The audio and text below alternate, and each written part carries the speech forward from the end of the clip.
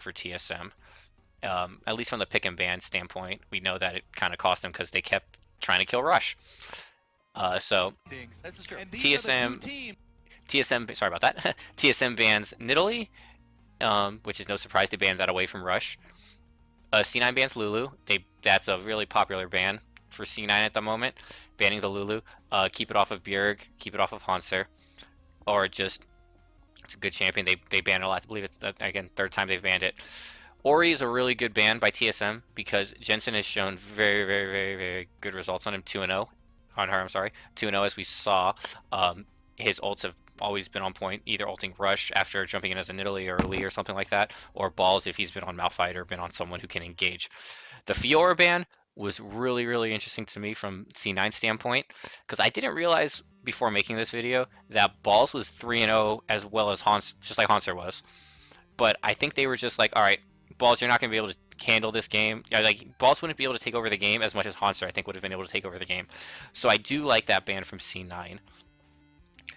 Next ban we're going to see from TSM is the Malphite ban, which has been another Balls-esque champion. So the ball doesn't surprise me that at all. They banned that away from Balls. Hanser can play it, but it's just one of those things like Balls just will stick to those tanks. Now the last C9 ban is something that I haven't mentioned it yet, but it's a champion that I believe all 4 of the solo laners play. It's going to be Lissandra. Yep, there it is. Boom, Lissandra. So this shows a lot. This forces TSM almost to take Gangplank. And we know that TSM doesn't play Gangplank because, and apparently C9 knew that as well, because there's no need to ban a champion that they're not going to play. And they were like, well, okay, we're not going to ban this champion, which we clearly don't play. We have not seen you play it ever. So they went with a Lissandra, which is a great ban. I mean, she's got a 26, 27% ban rate. She's got a pretty high win rate as well. Hanser's won on it, Bjerg's won on it. So it's a champion that they've played. So that gives TSM first pick. And they hover the more before they actually settle on the Cog. And I have no problem with the Cog pick. Cog is very strong on this patch. He's I don't want to say he's the best ADC, but he's up there. You just got to protect him because he is a mobile turret. Late game, he's literally a walking turret. So I was surprised that we saw the Cog pick, at least the Cog reveal so early, unless they were really afraid of Sneaky taking it. But especially with Lulu off the table, because Lulu Cog is super good, super broken, with the picks buff, with the movement speed buff, with wild growth, and you get that extra health just for the survivability. Like, you're not gonna die. I mean, if you die as Cog, you either messed up or they just killed you because everything wore off. So that shows their hand super early that they're like, okay, double if this is your game, and now C9 can very reactively counter that. A lot of power picks available too for C9. GP is up, Ali is up, Kallista's up. There's a ton of picks up for C9 at the moment. And so C9 goes with Kallista Gangplank. Kallista, I mean, again, you know they don't have to pick their AD at this point because they already know where Cog is going. AP Cog is not bad, I guess, but it's not as prevalent as it was last season. And then GP, they're like, okay, well, here you go. Have fun, Balls, because this is definitely going to be yours. Even though Jensen has played it, this was most likely going to be a Balls champion. He had played it. So pretty those are 2 very good first picks for C9. Love it. Next 2 picks coming in for TSM are the Gragas and the Braum. I was again surprised by that. I mean, I guess Braum does give a little more survivability with Cog. You can do I guess you can stack the Braum passive very much so, but I just feel like just Ali is just too good, and this like Ali's just great in this meta. You can peel as well.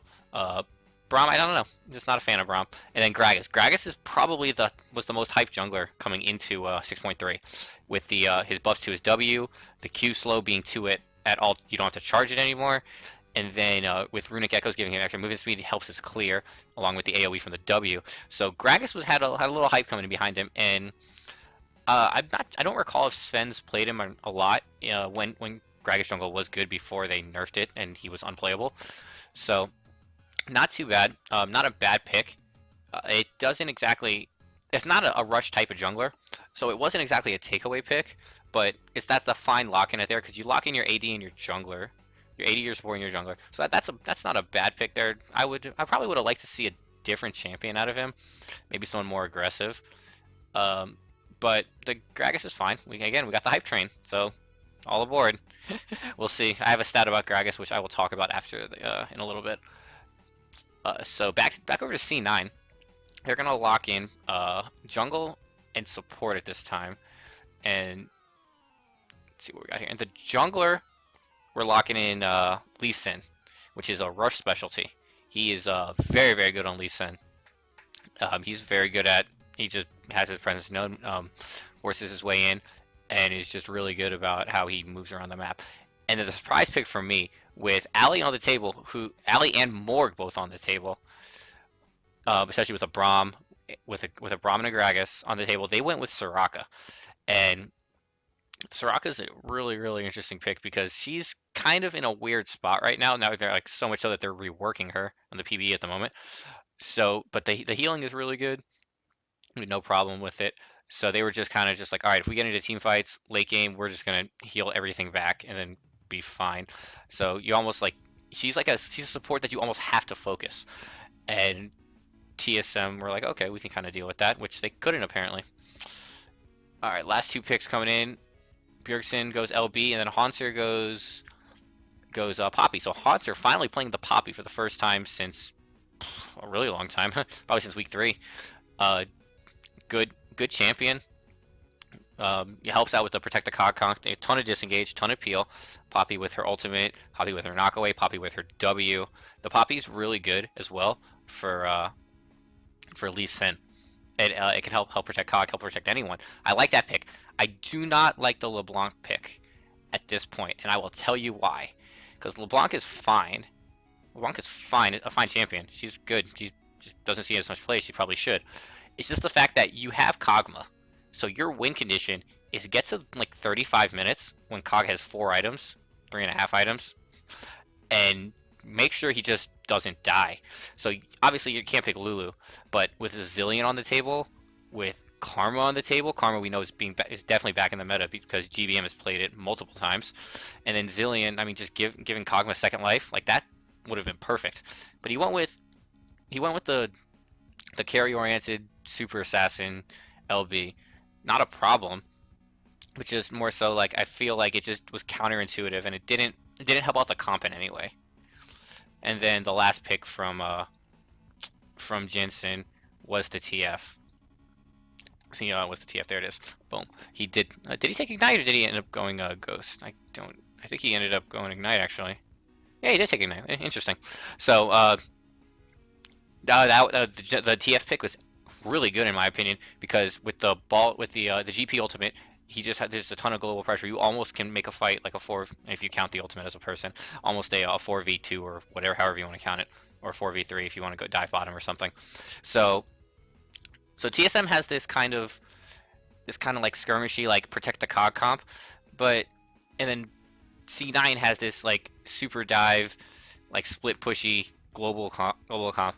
So the game was, I mean, like they played really well. TSM played super well, and then they kind of just got caught a couple times. They overextended a lot on rush, and that's ultimately why they ended up losing.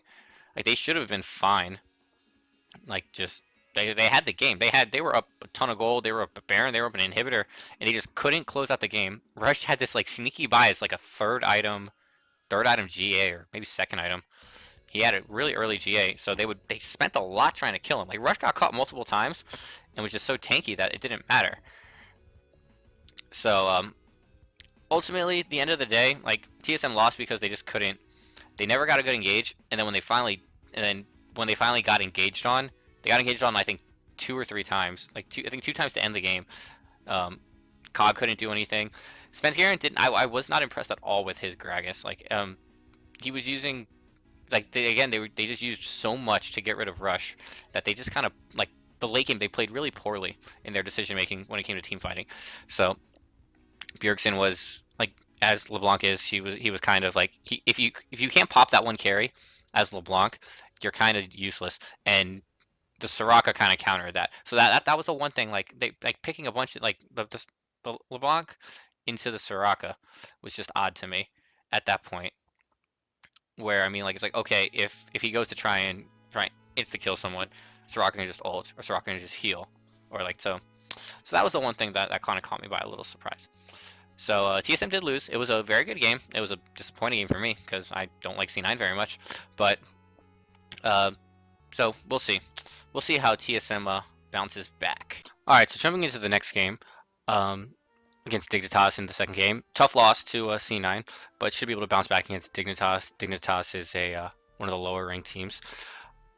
Nothing crazy coming out of TSM again. The only thing that changes from their bans is the fact that they banned Nidalee.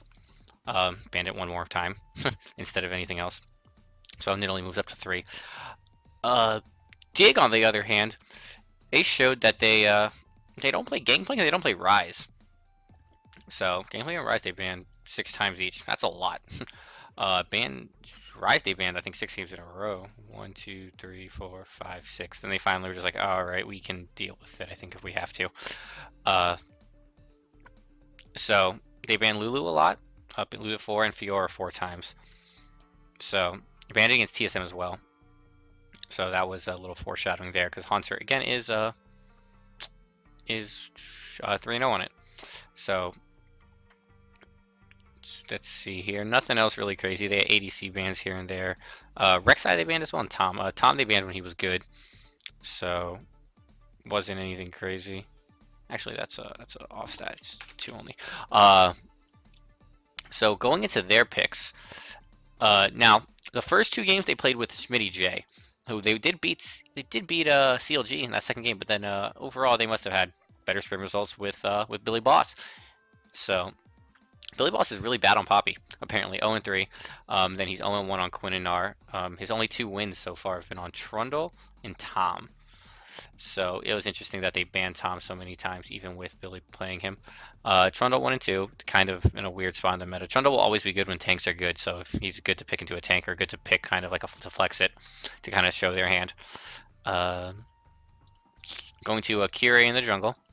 He's good on Elise and good on Nidalee. Everyone else he's had rough times. Rough time on Rek'Sai, rough time on Rengar. I don't even remember the Rengar game, but I can just imagine it being the typical NA Rengar. Graves and Kindred he's both lost on 0-2 on each. And then 1-1 on Nidalee, 2-1 on Elise. Shifter in the mid lane. There was a time when Shifter was a god and he was considered a top 2, top 3 mid laner. 2-1 on Ari, champ that he's always played. He has a really good backdoor against TSM with that one. Lulu 1 and 2.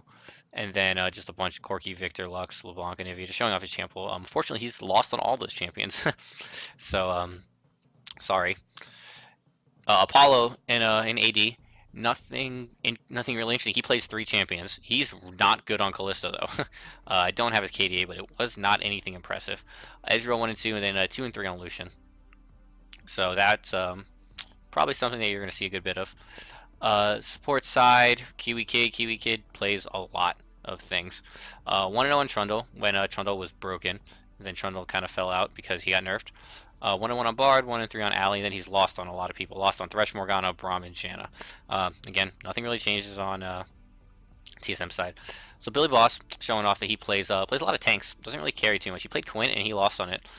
So he's not a big carry top laner, as we know that Hunter is. Kiri in the jungle has kind of been in a weird spot for the fact that he does play all these aggressive junglers, and the only problem is that his team isn't good enough for him to be super aggressive. He needs to be more supporty, I think. Shifter needs to carry more, which is hard to do when you're weak in the top side and weak in the bottom lane. So, and then Apollo needs to not play Kalista. So, all right, let's jump into picks and bans then and see what we got here. So, first ban from Dig is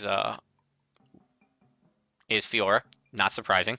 Billy Boss has shown that he either doesn't play it or they just don't want